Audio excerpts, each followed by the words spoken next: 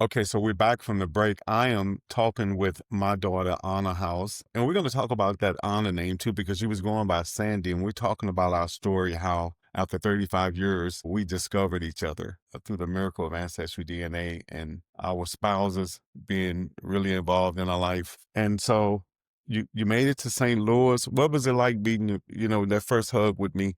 That first hug, what was that like for you? The first hug for me was, wow, I think maybe the feelings of belonging, but still nervous. Okay. It was like a hug, like, okay, I hope I meet some expectation. It was a hug like, hey, this is who I am.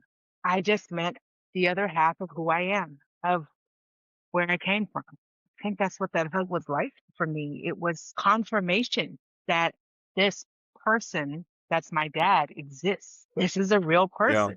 You really do have a dad, Anna. You have Wow. somebody that's Yeah. really cool that likes you for you. This person, and he's willing to talk to you and meet you. And he's nothing like anything that you, not to say that, not, where I'm not talking about, oh, your daddy was this and that, like just all the things that people would have feared, like, and everything you were nothing like that. Nothing, I think I was taught just over time that love was conditional, right? The Bible teaches us about God's love and, his love is unconditional. When you meet your earthly father for the first time, it was like, wow, okay, I came from his seed. I did come from somewhere and I came from a pretty cool guy. Yeah. I came from a pretty cool guy.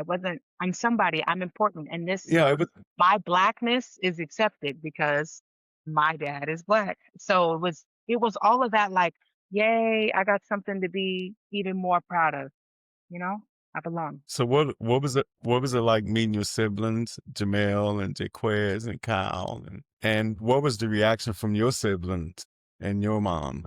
Because people always want to know. So what was your mom's reaction when you said, "Hey, Right. That's the I reaction we're on found stage. them"? So quick tidbit, the siblings. Thank you, Dad, and thank you to my siblings' mamas. Y'all raised some excellent siblings, some excellent kids, because despite whatever thoughts or whatever experiences they may have had with you while growing up or anything like that, none of that came through. They were just as loving, just as Hmm. connected. They was cool. Hi, how are you? They were excellent. There was no kind of whatever. I met my baby sis Kai for the first time. I'm not a genie or anything like that, but I mean, I know just naturally, right, how probably I would have felt. So she was just as sweet, just as, Yeah. welcoming and, just we're great. So all moms, thank you so much. And thank you, Dad. Everyone was welcoming and unconditionally treated me with great kindness. I totally see that in the DNA of all your of all your kids. Kindness. My mom, yes, that is the number one question. I will be totally transparent with everyone, please, who's ever blessed and cares enough to watch this podcast episode. That is the first question I could ask. What did your mom think? I think the same was probably for her in the sense of I don't think it really hit her. But after I told my husband, of course, I text my sisters because my sisters, when I kind of started the journey of looking for my dad, because people ask me, how long you been looking for your dad? And I was telling them how I was kind of on and off. It was just always a curiosity. I had texted them and said, hey, I found dad. And they were like, what? They were very happy for me, very excited for me. I think when I told my mom, I think my sisters might have slipped up, like they couldn't wait for me to text it. They're like, hey, Sandy got her mom. I mean, found her dad. My mom was like, "Oh, okay, wow, that's good. Congratulations." I don't think she knew how to kind of respond to that or anything. I will say, as we kind of come to know a bit of your story and just kind of where you were in life at the time that I found you, I believe that she started to show a little more curiosity and a little more acceptance of, me finding you. But yeah, I definitely said, yeah, he's great. He's amazing. The bar, the restaurant, and oh my gosh, the music. I'm so excited and, And that's a big part of the DNA because you sing in a band, you're a singer, and I manage a band. I got a music venue. I'm managing artists, and yeah. that's running through your DNA. So, is there a huge difference in, let's say, your personality and your energy than the rest of your siblings? Was there something about you that distinctively said, "Hey, you know what? She's got something different in her." Oh, I don't No, Dad. I do remember my siblings going, "Dang, you look just like our dad. You do look just like dad. You have the same mannerisms. You have the same like almost everything." Drive. That is exactly Yeah. what they told me, and it was so funny because in talking to you and stuff like that, I'm like, "Oh my god, yeah, I do," and it's so funny 'cause, even my siblings on my mom's side, they're you look just like your like your dad." Leadership, Yeah. I'm thankful to God first, but second, I remember when I was approached about even just being an assistant nurse manager at the time, and you were the first person I called because I didn't realize just how much leadership you were Yeah. in. You were invited to a gala, you were So named one of the top so businessmen in St. Louis. So I let me called you about leadership. let me Uh-huh. slow you down. Let me slow you down a little Sorry. bit. Just right there. What was it like? I mean, because for me, I never knew my dad. I had a mentor, and I believe everyone should have a mentor. But you just said that, hey, I got approached about being assistant manager, and the first person you called was, hey, let me call my dad. What was that like for you? That now you Wow. get to call your dad and bounce out ideas off of him. I mean, yeah, I never experienced that. I never knew what it was like. I don't even remember having no real serious conversations with my mom, but I know guys who have that kind of relationship with their dad. And, after we discovered each other, God opened up a flood of discovery. I found all of my dad's kids. So my mom, and this is the secret that was taken to the grave. My mom had an affair with a man that was twice her age. So all of my brothers on my dad's side would be 80 in their 80s and 90s. I'm 64. So my nephews are my age and they came to St. Louis and they met me and they walked through the door, they gasped because they say I look just like their dad. So not Wow. only was I able to find this lost daughter that I never knew I had, that was out there that I was praying for, that I didn't know who I was praying for. But now I meet all of my dad, Tommy Darden. I meet my nephews. My dad had two boys who had kids, and I've met actually, they live in the Bay Area. Remember, I gave you their Mhm. phone number and stuff. So I got some nephews who probably don't live that far from you out there in San Right. Francisco. Yeah. And so what is that like? That, hey, you know what? I can pick up the phone and call my dad, and you do.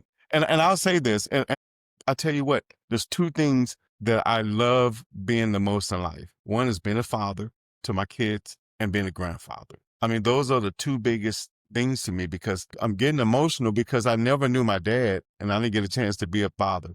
And the greatest thing in the world is when you or Jamel or Jaquez or Kai or Kaisha call me for advice. I mean, not just money. You've never called me for money. You've always called me for Hey, advice. I'm Now, sorry. I thought that was babe, a good lie. hey, hey, well, baby sister, she called. She ain't no Well, let me shame in her call. game. When baby sister called, ain't no shame I in her was told game. I got But what is that like one for you? big favor, and I am saving, and hopefully I never have to use it. Yeah, What's that like? Firstly, yeah, I go to my husband for everything. It was nice to have another man, another person that loves me to go to for um, the advice. I saw the dynamic of a father-daughter relationship I saw between my husband and his daughter. And I okay, admittedly, and I wholeheartedly share this here, was I jealous of some aspects? Absolutely. Not of her, but of this relationship. I felt like a father just always saved you. And my husband does not condone hmm any wrong behavior, nothing like that. He doesn't do that. But there was just this sense hmm of safety, this sense of, okay, cool, my dad's there, so he's got it and he's gonna help me make this decision. It's gonna be all good. Like I knew I saw that. yeah, And I love that and supported it. I'm not saying I'm horrible and I'm not saying I'm perfect. Hence that Facebook post, right? Dang, something happened, I think. And I was like, you know what? All right, let me just keep it moving. And it feels like somebody else has my back also. Like, I feel extremely blessed to have my husband and my dad. My dad, you know, "Dad, what do you think?" My husband has interests, his interests, you have your interests. And the fact that I can do that. And you were speaking about You were asking, and I'm not sure if you were trying to go here or not, but I am going to take it there. What it was like kind of growing up without a dad. And I hope this doesn't come out harsh, and I don't want to undermine anybody and their feelings and their experiences of growing up without a dad.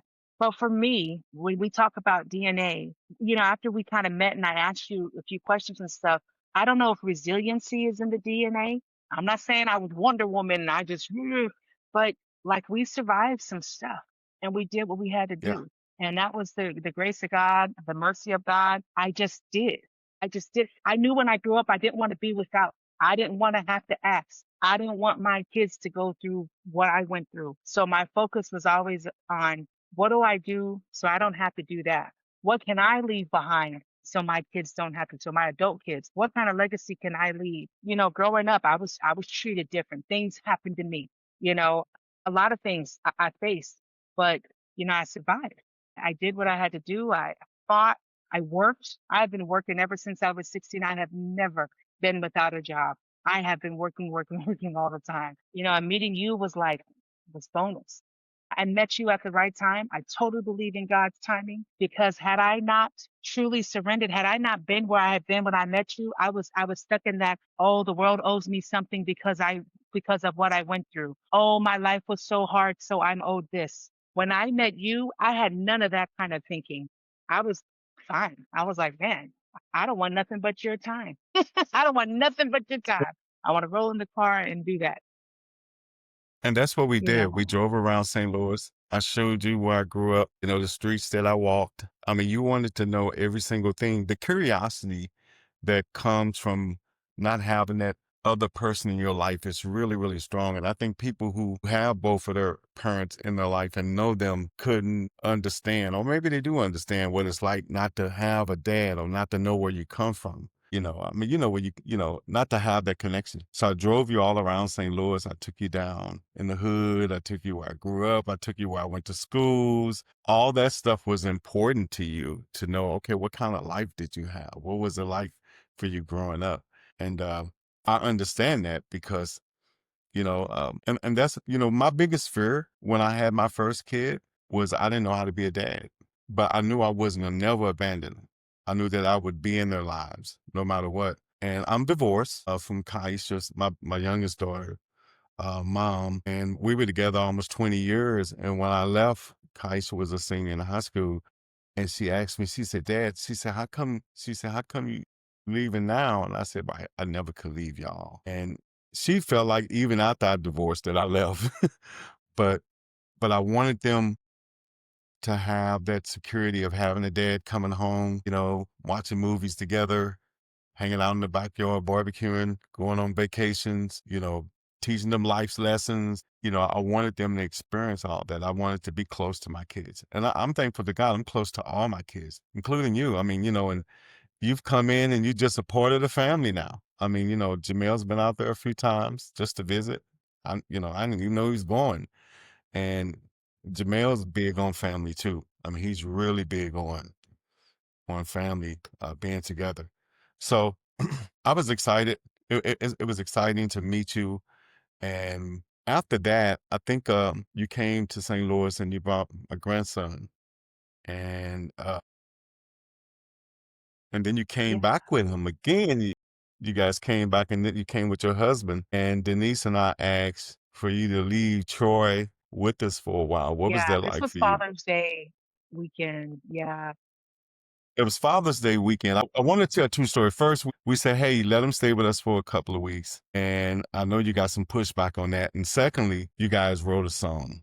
So you Yeah, yeah, so you yeah. guys know that Anna's husband is a guitar player and he's also a sound engineer and he writes music. And at the time I was managing one of my nephews.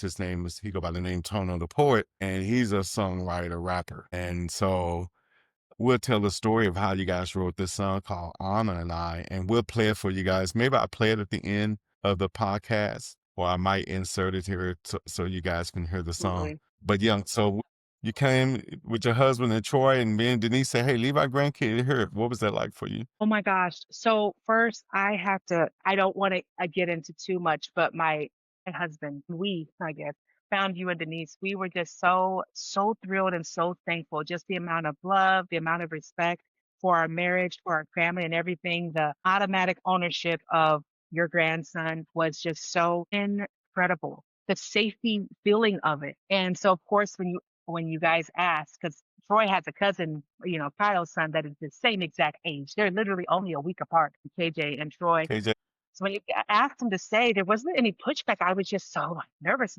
My gosh, he's gonna stay with his I just met these grandparents. people, and they're talking about leaving my And son here in St. Louis, 1,000 miles away. And let me tell you, I had coworkers, people like, I would never do that. But they don't understand the whole story. They're not me, they're not you. So they don't know, right? So I did it. I was like, okay. I think I called every 5 minutes or something. I couldn't call the moment we left because I I can't call I from the think plane. eventually we told you like, "Hey, he's good. You don't have to call. But let me tell you, He's not even they thinking had an about you excellent anymore." summer. You took them to Detroit. They went to the family reunion. This family reunion, that's another whole subject of our family that's been doing that for 40 something years. Now we eventually hosted, but he got to meet he got to meet the matriarch before she passed away a few times actually, but he got to meet her. The And picture of talk to her. KJ and Troy in front of Motown, classic. I haven't even been to Motown, right? So Yeah, it was like an experience of a lifetime, and they just looked so natural. Troy, when he came back home, yeah, my papa, my grandma, he had his missing tooth at the time. And it was just like, wow, like I have a place that I could send my son. And every summer for like the first 3 or 4 years, he was there at the Y, there at Edwardsville and hanging with his cousins and his uncles and his aunt. I remember he was one here year this I said, summer. yes, He was here I for a owe couple of Pa, weeks this and summer. she did his hair. Sure did. It'd be a few weeks. And he just loved it. He just expected to go there all the time. Some holidays, some spring breaks. It was just amazing. Everything has been kind of like a dream come true. It was like a fairy tale. When I tell people So the story, Dad, it's a fairy tale. It yeah, really when I is. tell people it's a tearjerker for 'em because um and we're gonna make sure that we give them some joy. So let's talk about the song On and The I. song. Um Okay. so you, Tono, and Tono, the one and only Tavon, are First in of my all, that basement. Tono is like, if How you did you put guys artists Put put artist in the dictionary, there's a picture of Tono right there next to the word Right. artist. Okay. He done came in all artistry, with his outfits and stuff. He came in, "Hey, how you doing?" Met him, loved him, gave him a hug. He heard about my husband being the guitarist. So we telling him the story because remember, I'm still meeting our family, and some of them You don't know still the meeting the story. They only family. heard bits and pieces, but they haven't heard it Right. straight from like my mouth or my husband's mouth. So we just told him the story. We wasn't talking about writing no song. We was just chilling downstairs in the basement, playing pool, at the pool table. And we was just telling the story. Next thing you know, Tono tell my husband to just grab the guitar because he's like, "Oh, you a guitar player?" And so all my husband was doing was playing a riff. Next thing I know, Tono done got a pen and paper and he writing something down. Next thing you know, he texting you, talking about if he want to go to the studio. You had access to almost every studio, in St. Louis at that time. Next thing you know, within probably 1 to 2 hours of that conversation, we were in the studio. Tona done already recorded the riff my husband had my husband come to the studio. We both came, did the riff.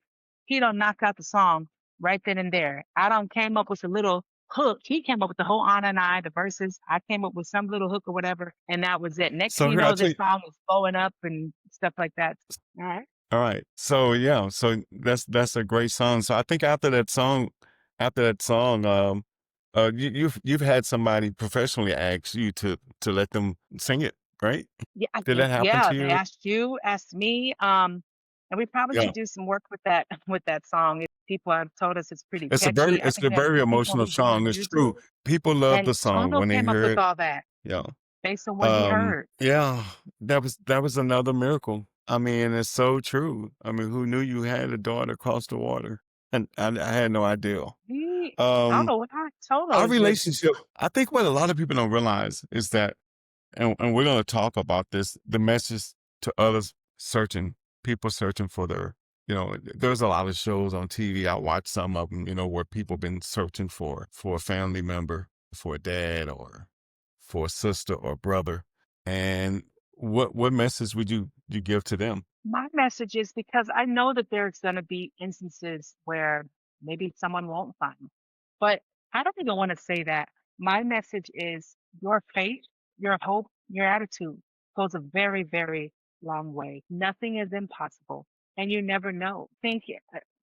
I think once you actually surrender, whatever that horcrux is, whatever that mentality, whatever that thinking is, you have to learn how to surrender it and let it go. And I think that's the moral.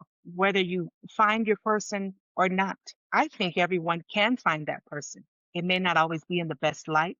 It may not be an ideal situation. It may even be deceased. But the thing is, nothing is Yeah, impossible. yeah. And whatever mindset you have, I think will hold you back from truly finding that person. There's pros and cons to submitting the ancestry DNA. I know some guys who don't want to do it because they don't want to find out if they have any kids. And that's okay. The fact Bec that they're yeah, determining and that truth, that's okay okay. for them. Yeah, yeah,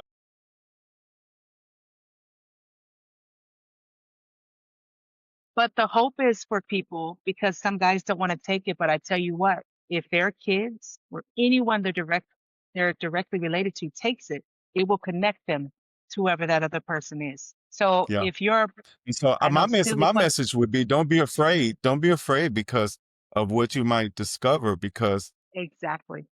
And be ready. God's hand, yeah, and be Be prepared. ready. But I think you have the choice. And my wife and I, we're going to talk about this. We're going to do a series on the pros and cons because she's a DNA expert.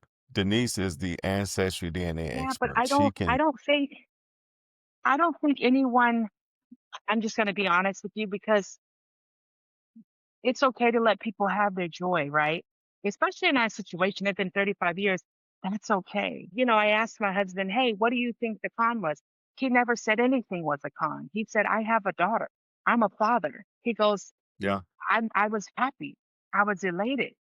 You know what I'm saying? I think there's a lot of grace to be had there. I think as far as the con, I don't even know if the con is it's just to have an open mind, not necessarily now relationship dynamics may change because somebody's going to be floating on cloud nine because they just got this new information that they never knew all their life. But I think it's because there's a lot of family secrets. And so when you take this ancestry yeah, DNA, it will reveal secrets that you didn't even know it's a secret, right? Like, yeah. oh, I It's thought Uncle Tommy was such and such. Oh, Yeah, and those are the yes, things that you uh, have to be prepared for. Because you said it earlier. What if I decided that I didn't want to have anything to do with you? Like, and what if I was a drunk or a yeah. hobo or or anything? I mean, I could have been any. You never know I what. could have been that But the person. box You of could have been chocolate my that you boo. open up, yeah, yeah. And, initially my nervousness was like, God, I got a child. And again, I thought it was something more immediate, like from an immediate time in my life, from like Oh, 7 or 8 yikes. years ago, because I had a period that I was separated and I wasn't divorced yet, but I was separated for 2 or 3 years. And so I Oh, thought it okay. was from something like that. I'm like, oh my God, I'm 50, 55, 52 years old and I'm finna have a baby. So that's where my mind went when I first saw that. It was like, but when you said 1982, I was like, okay, this somebody that's grown. This is not a little bitty baby because I was scared to death that it was gonna be some little 3 or 4 year old young lady. So I want to make this very, very clear. I found my dad on DNA. I didn't. Yeah, All I had was a name. The name, what Calvin Wilson. Do you know how common that name is?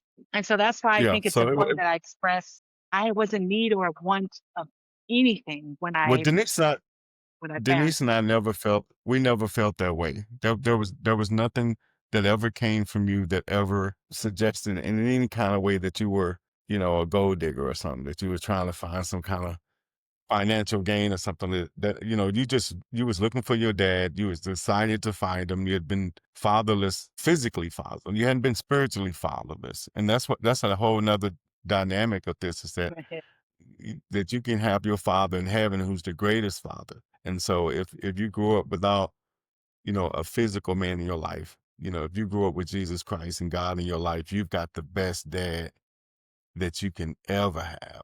And so and if you're a student of his word, you're gonna be okay. You're still gonna have some hurt because you live in the flesh. this body that we live in. And so, from time to time, you're gonna wonder where you come from. You're gonna meet that man. I mean, even to this day, I wish I could have met my dad. I met, I know his name. I know who he is. I've seen a photo of him, but I wish I could just talk to him just one time, and he can call me son. Wow. So to this day, I still feel that, like, like if I could just talk to him one time and he can say, "Hey, son," because Wow. I've never had heard those words. It's those kind of things that I'm 64 and listen to me. I'm still grieving, if you will. What does it mean to truly belong? What does it mean to you now to belong? To belong. I mean, when you're planning for a trip or when you're planning to do something, sometimes you think about your siblings. You're like, oh, you know what? I can do this with. So does it mean to truly belong? To know that, I mean, you came to the family reunion and you met your ancestors from Mississippi. You were able to meet, you've met, I haven't been on the Samoan side as much as I plan to. Yeah. I think we were planning something. Where were we going to go? Yes. Samoa? I'm saying it wrong. 2027. Wow. 2020, we're going to go to Samoa and I'm going to get a Wow. chance to meet that tradition and see where you came from and learn and understand. I'm curious, Yeah. when me and your mom was together, I didn't know she was Samoan because she was small. Your mom she was a little bitty old Well, lady. someone's are not And yes, there's some people. I remember when we first started talking and you sent me pictures of your mom, I couldn't remember who she was. It I mean, I wasn't until really I couldn't did her because I accent was like, and you said, "Ooh, it that's wasn't her." until I talked to her on the phone. Well, you guys were together one day or something, and you called me on a I Mother's think it Day. was I Mother's think I was Day. at my club, and you called me, and we talked, and you was with your mom and your sisters, and I spoke with your mom on the phone, and she said, "Wilson, I want to thank you for being so good to Anna," and that's when I remember who she was. I was like, "Oh, I remember her. I remember who you is now." Oh my And so, yeah, god. so Oh my I had goodness. no idea. I'll tell you this. I used to wonder what happened to her, because I used Oh to wow, chase your okay. mom, like you know, we didn't have Instagram and all that. We had payphones. And so, Mm, or I was living in the barracks. And so if your mom wanted to get in touch with me, she had to call, the people on duty and then they come up to your room and get you if they were nice enough and say, hey, you got a phone call, mm, so, or you tell somebody to meet you, you tell somebody to be by a phone booth at 10 o'clock. Hey, be by this phone booth at 9 o'clock. I'm gonna call you because your mom lived up there in the Iowa area, and they used to come to the park and stuff like that. And so, um, and she disappeared on me. I used to wonder. I'm like, that what happened to that mhm, girl? And so then mhm. after a while, I didn't even think about it. I had no other thought. 35 years, you know. Hey, Yeah. the pictures I got from Hawaii from when I was in the army, Mhm, with young ladies that I was dating or whatever. mhm. I don't have a picture with your mom. I have a I picture. I can pull know. you up a You know couple what? of I pictures. should probably I I have do not. pictures of her from when she I do not. was young at that time. I do not have. I mean, she was very short. I remember she was very short and everything, but I have no pictures of me with your mom because whatever happened so fast. Then she disappeared. Uh-huh. She Mhm. disappeared off the face of the earth. And you said her granddad sent her to California when she was pregnant. Yeah, she had an opportunity to go, stay with my uncle. You know, to go to the mainland at that time was, I don't know, for lack of a better term, was kind of a big deal because, like you were able to explain to me, right, when I was coping with some of the things that I felt like I was still angry about, right, with my mom, you did a great job of saying, hey, this is what life was like back then in Hawaii. A lot of it was survival, a lot of it was X, Y, and Z. There wasn't a lot going on there. So she had this opportunity to go to the No, there was mainland no and stay, jobs. Yeah. yeah, and stay with her uncle and just to kind of start a life. And lo and behold, when she got to the mainland, she was like, "Oh my goodness, I'm pregnant." And so, her life took a different, possibly a different trajectory Did than she what try to she find me? thought. Did your mom try I to find was me? or did she Yeah, I just mean, I was accept told the that she fact didn't that have any of your information. That is what she said at the time. And, of course, when I became of all age, she had was my name? yeah, even when I became 14 or 15, of course, my curiosity, and I asked her, I said, well, mom, if he was in the military, was there not an idea to call? Like when you got to the mainland, did you think, oh, I'm going to call the barracks? I'm going to call and I'm going to ask for this person. I think if we were to talk much about it, I mean, if we had another session, I would probably invite her to the session to kind of hear what she has to say. I mean, like I said, I wanted to stick to just facts of what happened because I have, of course, my thoughts Yeah, now, information that was given to me by my aunt and different people, just kind of like, well, maybe the story was this way and that. But, I've learned to give a lot of grace and to forgive. My mother was young at the time. So yeah. people, do what they feel I like they have to do, you know? Yeah, I think we have to forgive the past and understand it. Life can only be understood by looking back. It must be lived looking forward. So we Mhm. look back to look forward.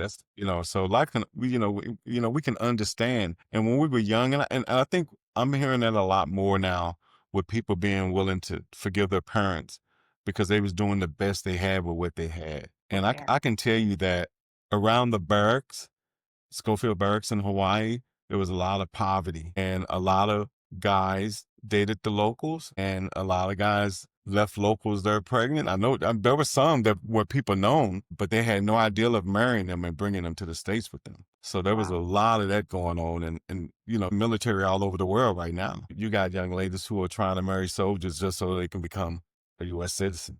And so a Mhm. lot of guys feel like girls are trying to trap them. That's not my case. I had no idea that I had a baby in the world, a daughter. I had none. There was no, not an inkling, a joke. So you truly belong now. So what does life look for you now? What do we do now? I mean, we're a family. We're a family. We got these plannings, you know. I want to tell everyone I feel like I have the best cousins on the planet. We're part of a family group chat. Let me tell you, my cousins get Mhm. together for everything. There is a celebration for everything, and no one will be left out, and everyone is invited. What I do admire about my dad's side of the family is that no one is allowed. I mean, that's why I give kudos to how my cousins were raised and everything. Nobody's allowed to be passive aggressive. There's no such thing that exists. You say what it is that's on your mind and it is addressed. I almost wanted to cry. I think somebody needed a ride. Went to the group chat. Hey, my car's over here. I need a ride.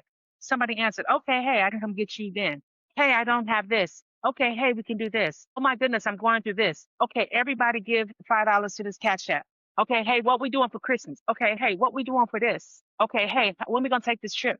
My cousins came out here on a girls' trip. They came out to the Bay Area last year. I was so thrilled.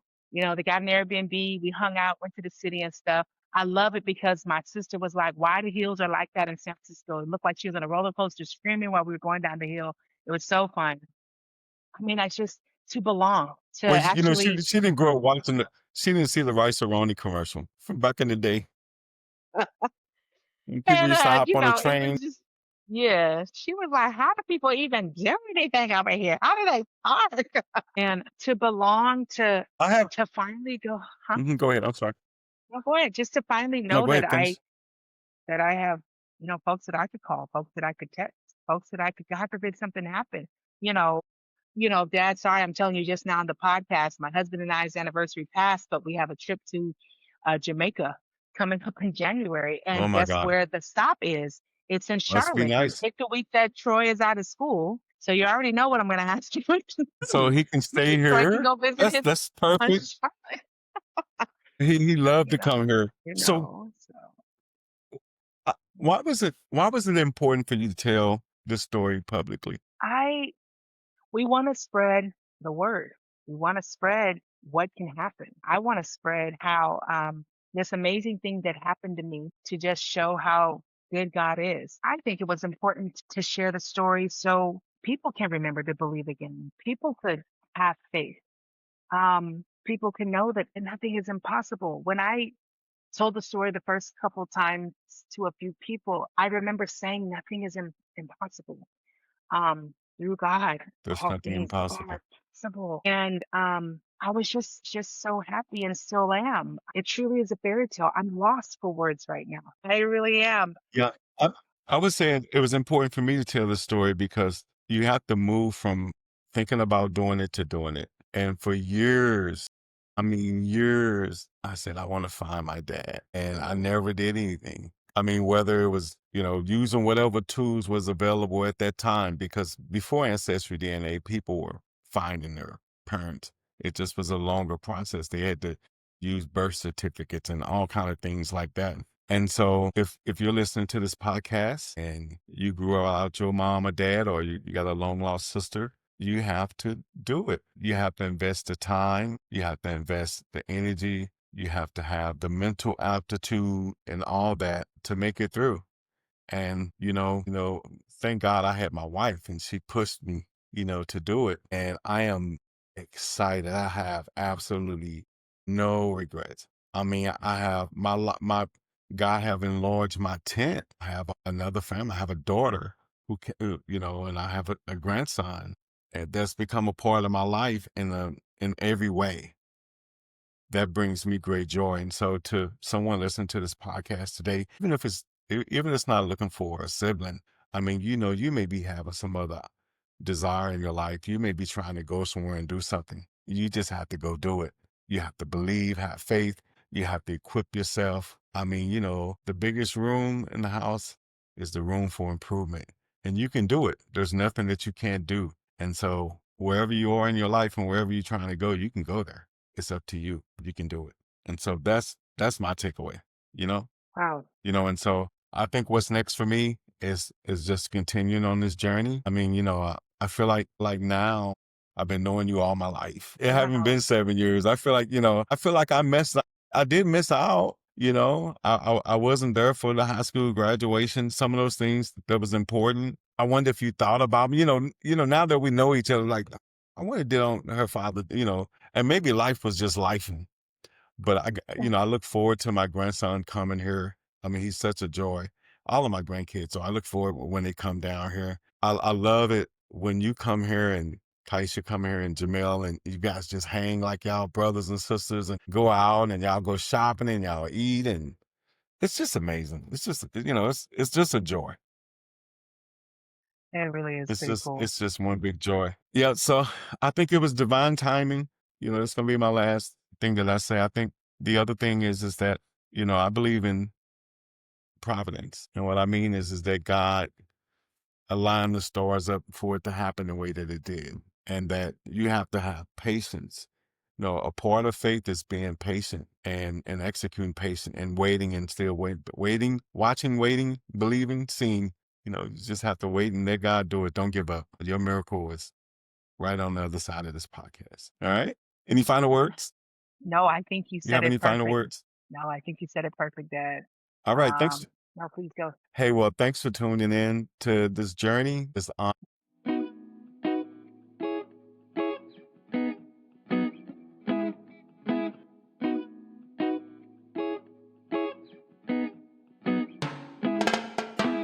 Who knew I'd be the father of a girl from across the water? Brown pigtails and gorgeous brown eyes, crimson skin like kissed by sunrise. Side rolling like rock me gently. Her mom sing a Hawaiian medley. This is what she sing before they go to sleep. Pray to the Lord for their soul to keep. Anna and I, twin doves in the sky. I love you forevermore. Sky to sea from shore to shore. Anna and I, twin doves in the sky. I love you forevermore. Sky to sea from shore to shore. She thought she would have never found a gem like her fit for a crown. Family heirlooms, they pale and face to a father's love and a warm embrace. Stayed bound soldier on that army mission. Fell for a native, a Hawaiian vixen. Little did he know he'd have a child. Voice of an angel, here goes the sound. Anna and I, twin doves in the sky. I love you forevermore. Sky to sea from shore to shore. Anna and I, twin doves in the sky. I love you forevermore.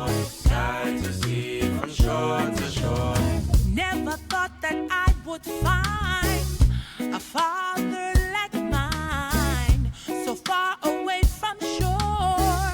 I found a love so pure. Man can hurt what God protected. Daddy's little girl had a love connection. Guitar player from San Francisco. He makes reggaeton with that uptown disco. Newfound joy, what a sight to see. The girl from the beach got a family. A king for a queen who didn't know she had a